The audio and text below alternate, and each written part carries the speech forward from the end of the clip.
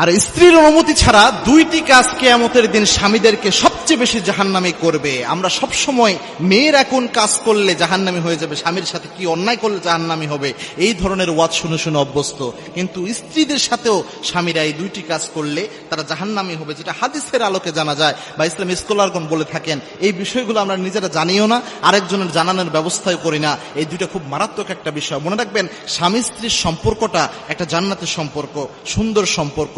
একজন আরেকজনের ব্যাপারে পরিপূর্ণ যে খেয়াল রাখা, এই বিষয়টা এই জায়গায় অবশ্যই খেয়াল রাখতে হয়। পাশাপাশি স্বামীকে স্ত্রী যেমন গুরুত্ব দিবে, স্ত্রীর বিভিন্ন জিনিসেও স্বামীর গুরুত্ব সমস্যা একদম সম্পূরকভাবে দিতে হবে। এটাই ইসলামের সিস্টেম।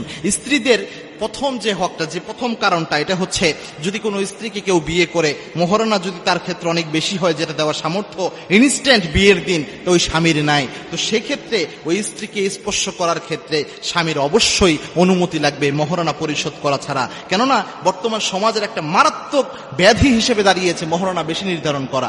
আর ছেলেরাও অনেক বেশি মোহরানা নির্ধারণ হিসেবে বিয়ে করতে রাজি হয়ে যায়। চিন্তা করে অনেকেই এমন যে হয়তো মোহরানাটা দেওয়ার দরকার নাই, যদি আমি ডিভোর্স দেই, তালাক দেই, তাহলে মোহরানা দিতে হবে, তাছাড়া মোহরানা না দিলেও সমস্যা নাই। মনে রাখবেন, আপনার বিয়ের প্রথম শর্তই হচ্ছে মোহরানা দেওয়া।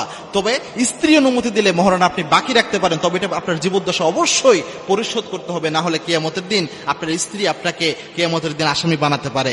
এবং কি কোনো স্ত্রীকে যদি আপনি মোহরানা না দেন, যেটা আল্লাহ রাব্বুল আলামিনের বিধান, আল্লাহ রাব্বুল আলামিন ওয়াতুন নিসা সাদাকাতিহিন্নান নেহলা, কোরআনের আয়াত আল্লাহ নাজিল করে আল্লাহ জানিয়েছেন, স্ত্রীদেরকে সন্তুষ্ট চিত্তে তোমরা মোহরানা দিয়ে দাও।